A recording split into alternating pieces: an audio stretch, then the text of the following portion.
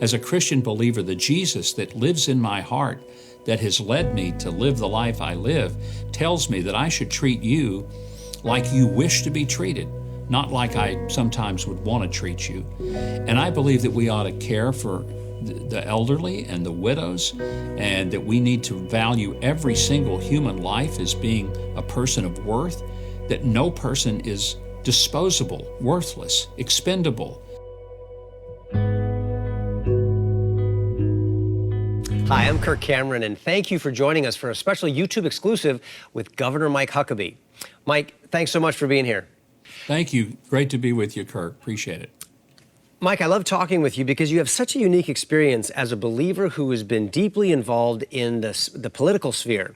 Let me ask you, how on earth do you manage to stay so civilized when you are dealing with people in politics that are diametrically opposed to you, and you have to work together with them to pass a bill or to get something done, and you know that they don't think like you do? How do you do that? A lot of it has to do with thinking for the long term, not the short term. I believe Proverbs 15:1 is a great, great challenge for every believer that gets involved in politics. It says, "A soft answer turns away wrath, but grievous words stir up anger." There's no point in yelling and screaming with people. It achieves nothing other than division and the inability to work with people. I'm very opinionated. I have strong convictions. I express them forcefully. But I don't hate anybody. I'm not going to yell at anybody. I will express my own views, but I don't wish to throttle the views of someone else. I'm anxious to hear them. And when I do, I don't scream and get in their face and wag my finger at them. And I found that sometimes when we listen to the other side and we let them talk, they'll do more to unravel their own arguments than I can ever do to them. So it's really a matter of following sort of a scriptural principle of don't take on the attitude of the person that is being belligerent, lest you become belligerent yourself. So, I had a lady, I'll tell you this story. I was in Harrisburg, Pennsylvania at the airport, and waiting to catch a plane. She came up to me and started yelling at me and telling me what an idiot I was and what a fool, and that my views were archaic and draconian and all the things that one would say to a person like me.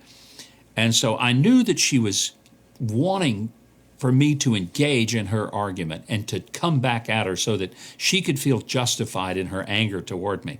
So I let her just talk, and she wagged her finger in my face real forcefully. And when she finished, I just looked at her and I smiled and I said, it's funny you should tell me that, because my wife says the same thing to me every single day. And she totally didn't know what to do. I just smiled at her, and she just finally turned around and walked away because she didn't get what she wanted.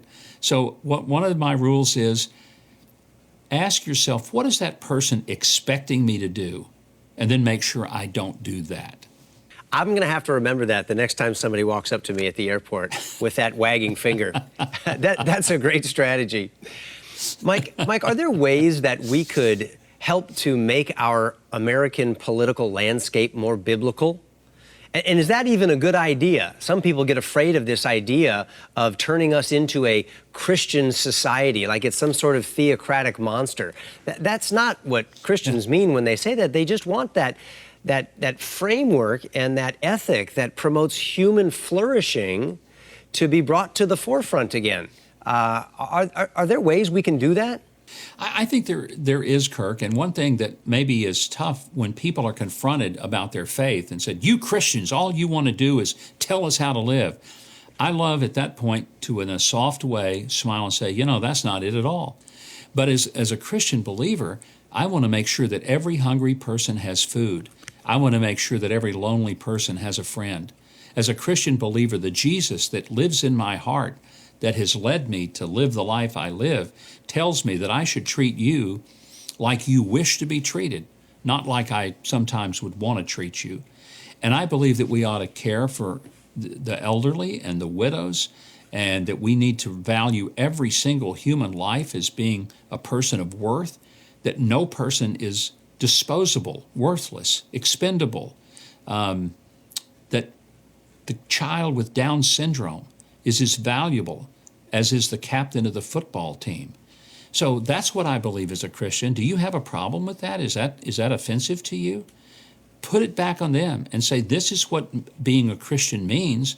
So if that's offensive, that you don't think we ought to love everybody, that we ought to care about the people that have been forgotten and bruised and set aside, then I guess there's not much I can do to fix you. But that's what I believe, and it's what I believe the Lord's put me on this earth to carry out. Oh, that's fantastic. That's terrific. Mike, with a brand new generation coming up the ranks, and they're going to take over the political reins here in a generation, what kind of advice would you give to young people today? First of all, get your information from sources that you can trust, which means it's not the internet. Just don't believe a lot of stuff you read. Validate things with 2 or 3 sources. The Scripture really charges us to do that, not just to believe something that is told to us until we hear the other side.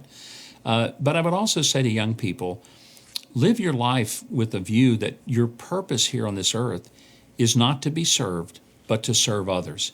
If you really want to be great, and most people deep down say, I want to be great, I want to be famous, I want to be rich, I want to be important. Okay, here's the thing. If you want to be great, be the servant of all. And that's how you end up being truly great, even if nobody knows it but God. That's fantastic. Just like Jesus said, he did not come to be served, but to serve. Mike, that's absolutely wonderful. Thank you for this, and thank you for watching. Please share this with a friend, and be sure to like and subscribe so you never miss a video.